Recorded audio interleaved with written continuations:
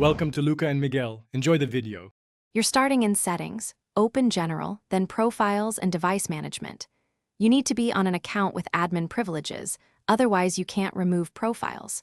Once you see the profile list, identify the Safari-related profile by name or issuing organization. Make sure to note any certificates or VPN entries it installs. You may need them later.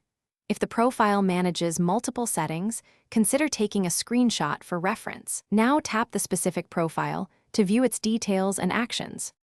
Once you've opened the profile details, review the listed items, certificates, VPN, web content filters, so you know what will change. Tap Remove Profile, then Confirm. The device will ask for your passcode to authorize removal.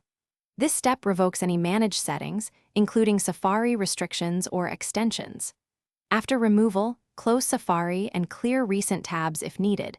Make sure to restart the device to complete system policy refresh. If Safari still shows managed behavior, don't panic. There's one more check to run. You should now verify Safari's behavior. Open Settings Safari and confirm restrictions, content blockers, or managed bookmarks are gone. If Safari still appears managed, make sure no remaining profiles exist and that you're not enrolled in an MDM through a corporate email account. If Remove Profile is grayed out, sign out of that corporate account or contact the administrator. Sometimes the device is supervised. As a troubleshooting tip, try a full restart. Sign out of iCloud temporarily, then attempt removal again before seeking admin support. Thanks for watching and please subscribe. It's the best investment you'll ever make.